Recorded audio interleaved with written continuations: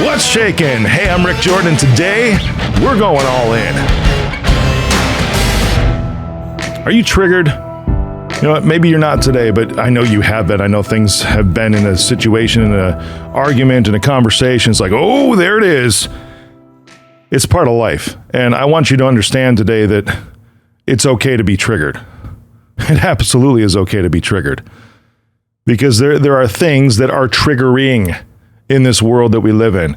You know, anger is actually a healthy emotion when it's directed in the right way. You know, because it can actually be, you can be mad, you can be sad when you're triggered, but there's certain things that I'm going to say today that you shouldn't be. And it's not taking away from your emotions, because your emotions are valid. I need you to know that your emotions are valid. Whatever you feel is just what you're feeling. It could be based of something that's not reality. That's possible. And at the same time, your feelings are your feelings because you are you. So you need to understand that it's okay to be triggered because things can hurt. You can be mad and you can be sad, but there's still some things that you should not do. So this episode is a little bit about emotional maturity today. Because when you're mad, when you're sad, when you're triggered, probably the worst of us comes out. It does. I know it does in me. You know, and you start to say things, you start to do things, and you start to just, some people like black out, other people will just literally like go, you know, just in the wrong way. I mean, it's okay to take space, but at the same time, just completely getting out of an area, you know, without any kind of communication about a return or something like that, that's not good. That's not healthy. You know, and depending on the situation, it can actually be pretty detrimental to you, you know, especially if it's in a relationship, the relationship could end because of some of these things that I'm going to talk about today, because of how you begin to act and behave, or rather, even better, how you react to your triggers. Or maybe even in a job, you know, because it's not good in those scenarios too, because you're not going to be able to get along and be collaborative with everybody. Now, hear me on this. It's okay to be triggered. But today we're going to talk about the reaction to those triggers. It's okay to be mad. It's okay to be sad. It's okay to be triggered. And you still can be that way and continue to be that way while preserving yourself and your dignity and the way that you are and who you truly are without doing some of these things, okay? Because you can be triggered and still not yell and talk over your partner. It's actually kind of crazy because when people are mad, like coming from a trigger, somehow voices get louder. And this is something going back to my dad that I always saw, that it was just not that way with him. I don't even remember him yelling very much. And that's the same with me. I have not historically yelled much at all in any kind of an argument, you know, unless I just get over the edge and I kind of lose my grip on where I'm at in the moment. And again, I don't ever see that even in me as an appropriate reaction to what's going on. Because how can you do that? That's nothing but escalation in that. I mean, because then people try to be louder than the other, you interrupt each other, nothing ever happens.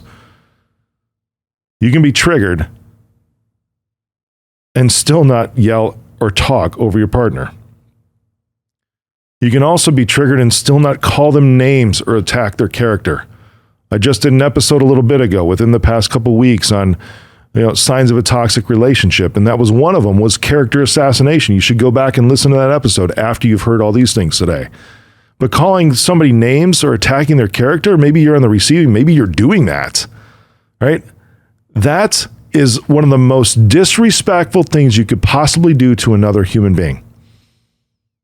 Because names are just names. It's not labeling how they're acting, right? But when you do that, when you call them names and attack their character, that's actually them themselves, not the act of what they're doing, because they could be doing something that is very, very hurtful. And that's what caused you to be triggered. At the same time, when you start to fire back, focus on the situation and their actions and their behaviors, not the actual person. Because you can be triggered and still not call them names or attack their character. Another thing to not do when you're triggered is bringing up the past as ammunition. This is something that's actually easy to do because, I mean, you talk about forgiveness, right? And forgiveness is moving on, right? Some people say forgive and forget. I'm sure you've heard that phrase. let's be real. You really don't ever forget. But you can take those learnings and you can actually let it go, because you're not, what forgiveness means is you're not holding it against them. It still happened. All it means when you forgive, and this is powerful, hear this. When you forgive, it means the past does not apply to the present or the future. Real forgiveness is when the past does not apply to the present or the future. When somebody says, I'm going to do better, we talked about that in that same episode a while back. This is almost like a sequel, it seems, is when you own it, or when your partner owns what's going on, and they apologize, and they take responsibility for it and say, I will do better, they're not going to be perfect. Sometimes there's certain situations where it can flip like a switch. And you know what? That wrongful behavior will never happen again from that individual. That's awesome. Right? But you have to give them the chance, because if they say that, you still have to be observant. You still have to validate. You still have to see if they're actually going to go through with what they said and they committed to. Absolutely. But don't bring up the past. Now is now. And real forgiveness is where the past does not apply to the present or the future. The last one, and this is a big one, because sometimes it feels good to vent. I mean, if you have a safe person or two, that's not what I'm talking about when I say this one, because you can be triggered and still not gossip about them to friends or family, so that for one specific reason, that those friends or family take your side on this. I actually pray that you have real friends, that if you do talk to those safe people, which are hopefully real friends of yours, that they'll actually call you on your bullshit also. So if they say, you know what, I can maybe see his point, or I could kind of see her perspective on this.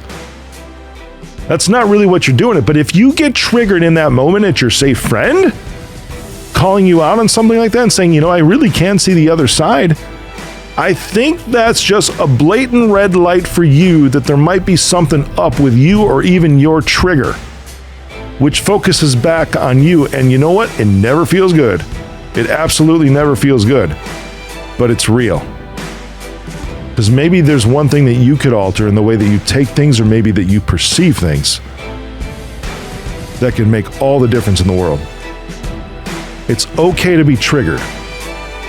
And there's certain ways that you can react and still retain your dignity, your self-worth, and your esteem.